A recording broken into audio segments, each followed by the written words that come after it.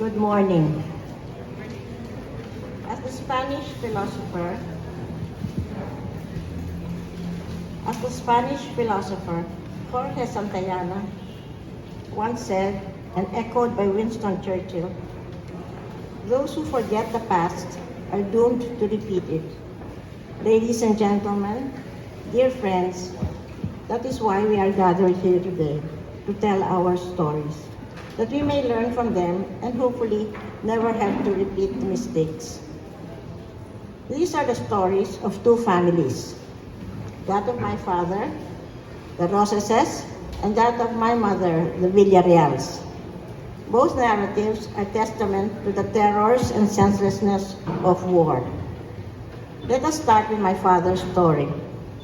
In the morning of September 8, 1944, the Japanese Kempeitai came to our Taft Avenue home to take my father, Jesus, to King Roses after they had taken his brother Rafael or Liling. Both were members of the Free Philippines movement. My father was brought to Fort Santiago, where he was imprisoned and tortured to reveal what he knew about the resistance movement. He was beaten repeatedly, and until his death in 1998, he experienced awful nightmares when waking up screaming. Meanwhile, our family was at a loss, wondering what had been the fate of my father and his brother. We feared the worst. One day, a mysterious man came to our home with a message from Liling and his wife Noring. By hook or by crook, pack up your things and leave Manila. Forget about me. Nobody will be spared. Go to the provinces. That is Liling talking. The day after my father's arrest, my lolo Rafael looked out the window and noticed a stranger standing in the corner of Taft Avenue and Remedios. He had been watching the house for several days. With his sons Liling and Tuting already in Japanese hands, Lolo Rafael made a difficult decision to take the entire family out of Manila, based on evacuation plans which he had made with Tuting earlier. 15 of us were squeezed into a canvas-covered truck. Sylvia and I were only 6 and 5 years old and barely aware of what was happening around us. We took with us all the essentials that we had on hand, such as rice, sugar, powdered milk, mongo, and candles. No one could guess how long this trip was going to last, and if we were going to find supplies at our destinations.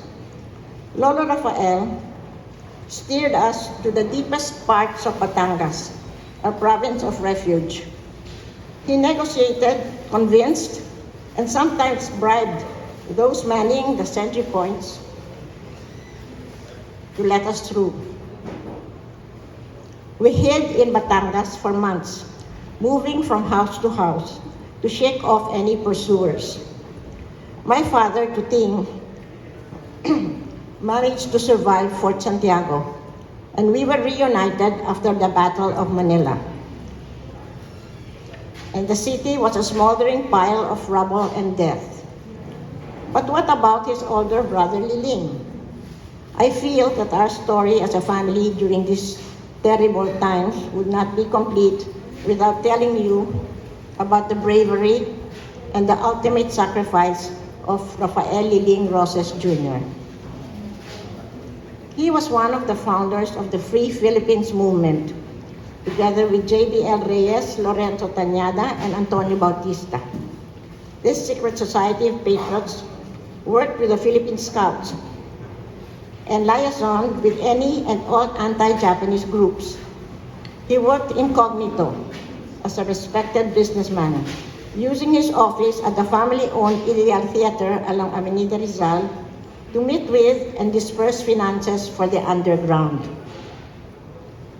Uncle Liling received a tip from Horacio de la Costa, then a Jesuit scholastic at the Ateneo, that the Japanese knew about the operations of the Free Philippines movement. He returned to Manila because he was concerned for his wife Noring and 2 young children and his parents. Lolo was informed that Uncle Liling was arrested, imprisoned at Fort Santiago, but there were no details. According to affidavits and eyewitness testimony of fellow cellmates who survived, Uncle Liling was brutally beaten by the Japanese interrogators, determined to extract information about the guerrilla movement.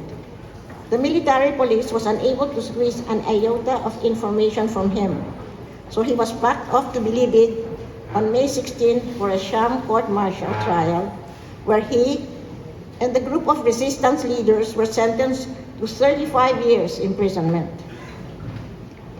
However, the sentence was disregarded and the prisoners were to be executed without their knowledge. Uncle Liling and 27 other prisoners were brought to the Chinese cemetery to be decapitated. From the book Looking for Liling by his youngest brother, Alfredo Din Roses, I quote, "The trucks first made a stop at the Chinese General Hospital, where the condemned prisoners were drained of several liters of priceless blood for the Japanese army. Then, on arriving at the Chinese cemetery, they were blindfolded, their hands tied behind their backs. One of the officers would then read the verdict to the accused. In their weakened state, the victims were allowed to take a deep puff from a cigarette. Such a sudden rush of nicotine helped deaden the nerves along with any will left to resist. In batches of 4, the condemned were made to kneel and sit on their legs on the earth at the edge of the freshly dug 4 feet deep pit, their heads jutting over the hole, while the Bilibid guard drew the gleaming samurai sword and raised it with both hands and high over their heads. Cut their heads." End of quote. It was 1946 and the war had already ended. Yet we had no idea of what had become of Uncle Liling. Lolo and Lola searched incessantly for any trace or clue of the whereabouts or fate of their son. It was only after a year that Lolo was able to track down some inmates of Bilibid, that's the jail, who confirmed Uncle Lily's incarceration there.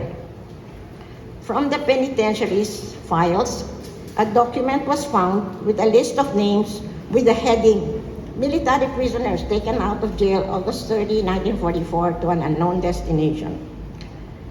The names were read out in front of Lolo Rafael and Uncle Liling's wife Noring.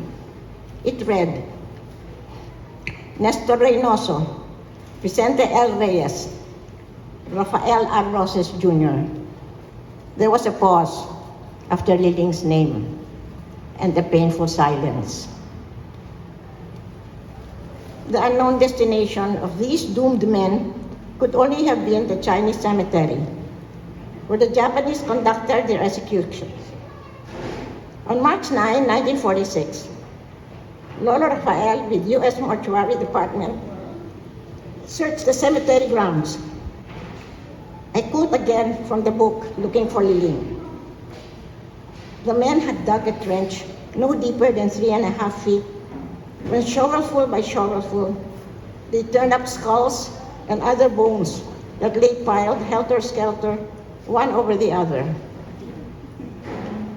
Papa knelt by the trench as the diggers spade unearthed, amidst scattered bones, matted hair, bits of clothing, and personal items in various stages of decay. A set of keys on a chain, which was still clinging to a frayed portion of a belt of braided leather. The shock of recognition was immediate. Soon after, a skull emerged with a telltale misaligned tooth. Papa had found his son. Liling's jawbone bore marks where the executioner's saber had slightly missed its mark and had savagely nicked across his jaw. End of quote. Uncle Liling was awarded the U.S. Medal of Freedom and the Philippine Legion of Honor Medal, among others, for his supreme patriotic sacrifice. And yet, these posthumous accolades do little to salve and heal the wounds left behind on his family. This is part 2. As I had mentioned, this is a tale of 2 families. And it was by divine providence that my mother, Alice, had decided to escape to Batangas with her in-laws. Her parents, on the other hand, decided to weather the storm in their house in Beauty Cruz Street. And this is where the terrible tragedy of my maternal family begins. My grandfather, Antonio Villarreal, and his wife, Pasita Doronila, were not as worried as the Roseses. Lolo Antonio was a respected justice of the Supreme Court, and his father, Luis Enciso Villarreal, who was one of the 13 martyrs of Bagong Bayan, executed in 1897, sent him to Japan in 1895 for safety. He graduated from the Imperial University of Tokyo and spoke fluent Nihongo. Accustomed to their culture, he must have felt that the Japanese would be more reasonable and civilized. But as we all know, war is pure madness and brings out the worst in people. My grandparents lived along Vito Cruz Street, in front of what was then Harrison Park. Behind their home was Pax Court, an apartment complex they owned, facing Balagtas Street. The tenants included German Jewish families, such as the Frankels and the Lourses, and the Filipino families, like the Arroyos and the Camposes. These were the waning days of the war. The American soldiers had by this time surrounded Manila with superior forces, and the Japanese troops in the city had gone berserk, driven to madness and depravity by their impending defeat and imperial orders to fight until the last man. It's funny how small decisions can impact so greatly and fatefully the course of events. That afternoon, Lolo Antonio and Lola Pasita were headed home from the bank because they had decided to empty their vault on a tip that the Japanese were going to confiscate bank accounts. They passed by the Yuchenko home where their compadres, Enrique and his wife Maria Chauki, invited the Villarreal's couple to stay over for some merienda. Probably eager to get home because of the valuables that they had with them, the Villarreal couple politely demurred and promised to get together another time. At 4:15 that same afternoon, Japanese soldiers showed up at the Villarreal home and at Pax Court. My lolo and lola, plus 2 nieces from Iloilo, Maria and Pasita, and the servant were taken from the main house and brought to Pax Court through a back door. There, they were gathered in the center garden, and all the residents, including the children, with their hands tied behind their backs. They were 19 in all. They were led to one of the apartments and made to kneel facing a wall. The Japanese proceeded to pile all the furniture in the room into a half circle and topped it off with cushions and pillows. The soldiers then doused the pile and the walls of the house with gasoline and set it on fire. And not content with burning the entire group alive, a Japanese soldier took from his pocket a small hand grenade, pulled the pin, and threw it towards Justice Villarreal. It exploded and killed my grandfather immediately. The official transcript of the testimony of Walter K. Frankel, one of the survivors of the massacre to the war crimes trial, describes the moment of my lola's death, my grandmother. And I quote, Paz Villarreal jumped up to her feet and walked towards the Japanese and said, "Tomodachi, Tomodachi, friend, friend." At that time, one of the Japanese was standing on the right side of the Japanese non-commissioned officer who had thrown the hand grenade and shot Mrs. Villarreal through the forehead with a rifle. Mrs. Villarreal fell to the floor and died immediately. At least it was merciful that they died immediately. Seeing some movement among the bodies, a Japanese soldier took his rifle and shot the living Mrs. Frankel in the neck and Mrs. Lource in the head, killing them instantly. Two of the servant girls that managed to untie themselves ran up the stairs only to return with their clothes on fire. They collapsed and died. And then the Japanese soldiers proceeded to set the other apartments and the main house on fire. Orders had been given to set every other house on fire to destroy the entire neighborhood. No bodies were ever found. No traces of the hellish atrocities committed on my family were uncovered. Just ashes. And the pain and agony left for our imaginations to contemplate. So I end this tale of two families. Events that I hope will never have to happen again to our and to future generations. In these troubling times of new conflicts all over the world, let us remind each other that there are no true victors in war, only victims. Let us continue to retell these stories so that our very weak collective memory as a people shall be strengthened. I challenge every person in this room to tell and retell the stories of their generation, whether it is about the Second World War or about the atrocities committed during martial law, or the recent fake war on drugs and extrajudicial killings. Let us break our nation's collective amnesia for things unpleasant by telling our stories, so we will not be doomed to repeat the mistakes of history. Thank you.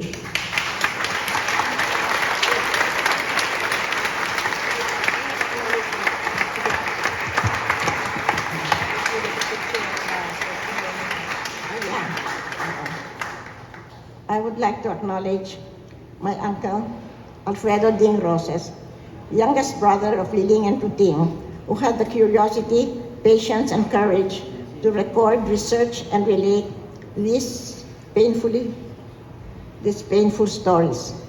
Also, I would like to thank Mickey and Jean Paterno for spending countless months at the National Archives and painstakingly compiling the transcripts of the war trials of the Pax Court massacres. They have shared invaluable stories and records, and their contributions will ensure that this part of our history will never be forgotten.